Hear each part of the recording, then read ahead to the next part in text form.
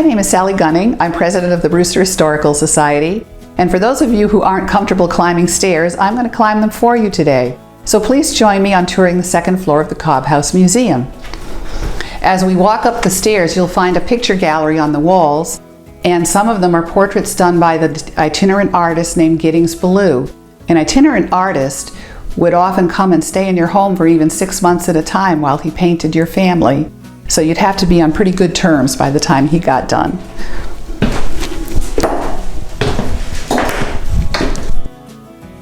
These are portraits Giddings Ballou did of the Bangs family, Desire and Nancy.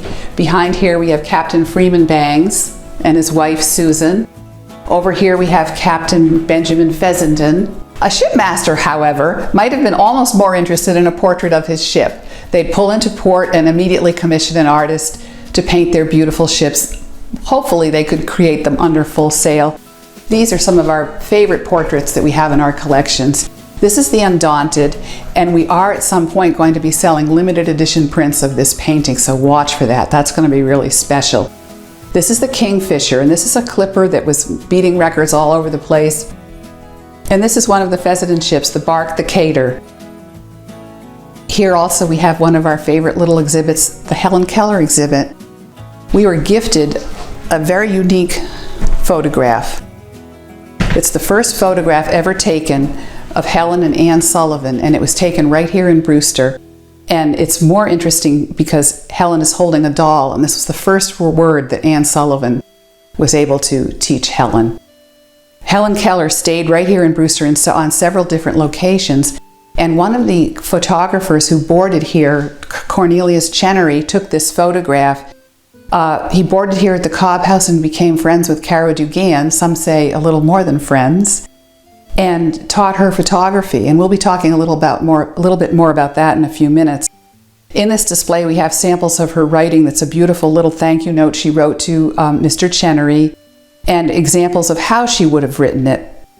This is the master chamber upstairs in the Cobb House, and we know it was the master bedroom. They would call them chambers in those days, because once again we see the dental molding, and they wouldn't bother to put that in if this wasn't the room for the head of the household. The showpiece in this room at the moment is the Nellie Dollhouse. This was built by Captain Josiah Knowles when he was at sea for many years with not too much to do. He even did the embroidery and some of the lace work on this dollhouse. He brought it home for his little daughter, who was 20 months old when he left, and she was about 4 by the time he returned. We have a separate video on our website of the dollhouse where you can actually look into all the rooms and see all the furnishings. He collected all these furnishings all over Europe and put them into the dollhouse, and it's quite a work of art. Every latch on the door actually works. There are complete sets of china inside, and I think you'll have a lot of fun looking into Nellie's Dollhouse on our website. Other items of interest in this room. We tended to use this room to display a lot of our domestic belongings, things that would have been kept nearby in the bedroom part of the house. This is a wedding dress from 1888.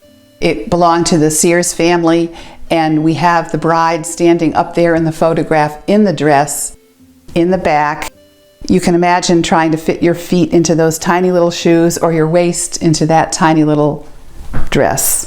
This is one of my favorite objects in the museum. This bed was made by a fellow named Warren Silver. He was actually shipwrecked off Nauset Beach as a baby, and his parents lashed him to a piece of wood in hopes that they could save his life, which they did by doing that. He was rescued and adopted.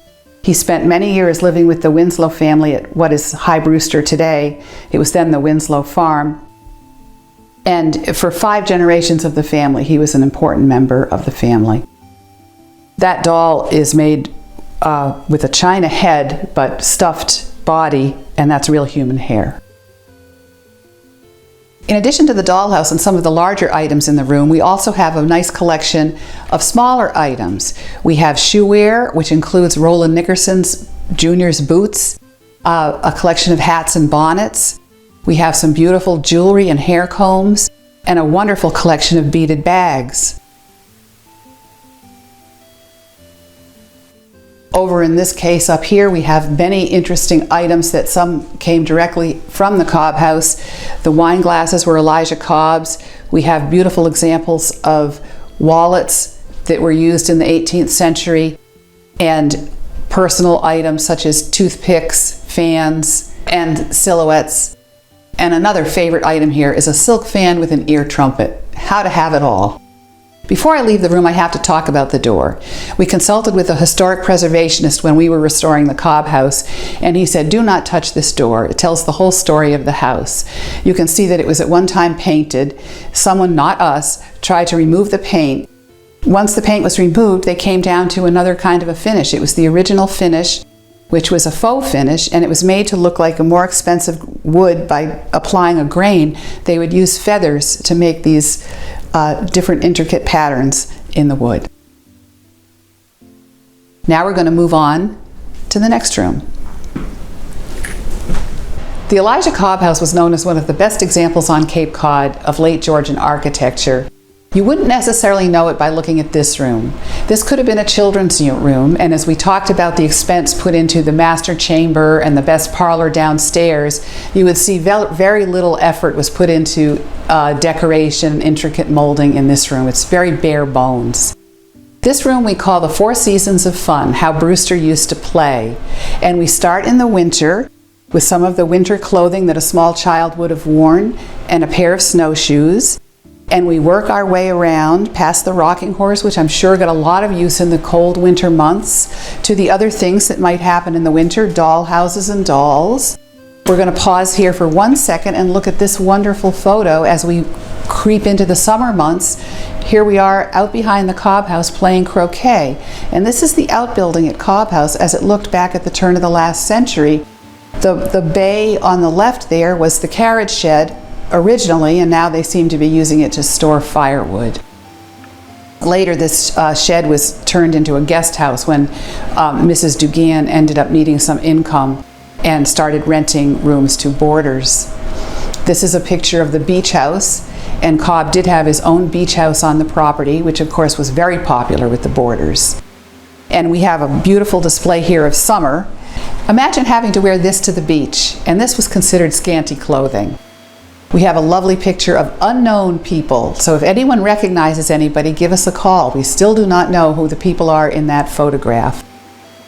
Here we have lots of the games that you would have played as we creep back into the cold fall months. Many of these games are still so popular today. We have Parcheesi and backgammon. And little did you know, Tiddlywinks was the hot game in 1890. There was a whole Tiddlywinks craze going on. And here we're creeping back around to the winter sports. We have skates and some fishing equipment. Ice fishing was very popular in Brewster and most popular on Cobb's Pond. This 1858 map is known as the Walling map. It was based on a survey he did in 1858 of Barnstable County and Nantucket and Dukes counties. Brewster is marked with a flag in case you forget where you are from all your travels around Cape Cod. Look at that beautiful fishing reel and more skates. Now here we have a slideshow. As I mentioned earlier, Cara Dugan was a protege of the photographer Cornelius Chenery, and she took over 400 images of Brewster at the turn of the last century. All of those images are here on a continuously running slideshow.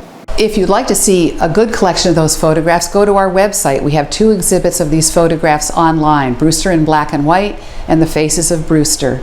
The Faces of Brewster exhibit is actually also on display at the town offices. The Brewster Historical Society purchased this old post office from East Brewster at auction, and we have so much fun when the children come in to visit, or adults, either one is welcome. We offer you these free postcards. This one is of the Cobb House attic. You can imagine how much fun the child would have had having a little tea party upstairs in the attic. You address the postcard and you mail it. And compliments of the Brewster Historical Society, we will stamp it and put it in the real mail for you. In this case, we have some more toys, musical instruments, china dolls, doll combs and brushes, and a collection of paper dolls. We are particularly grateful to the Eddy sisters here at the Brewster Historical Society. They've helped out over many years with a fund devoted towards preserving Brewster's history. And this photo is a lovely portrait of the 3 Eddy sisters at play. That concludes the part of the Cobb House that's open to the general public. There are 2 more rooms behind me that are similar to the 2 rooms we've just showed you in the front. Those are kept for Brewster Historical Society's offices and our print center, and they are not open to the public. There is one room that's the research room, and it has been maintained in its historic state, and it is available for researchers when they need to access some of our collections. In between the two main rooms is a small room that was the servants' quarters. And we've used that room now for our print room and our computer and all that fun modern technology. Those rooms were already ruined in the 1940s when they were turned into modern bathrooms. When the house was originally purchased in 1945 from the Cobb family, there was a 6-hole outhouse out back and no interior plumbing. This is an 1875, what they called a Democrat carriage, and it's a wonderful acquisition for the Cobb House Museum. And this is where I'm going to say goodbye as I hit the road to visit some of my neighbors.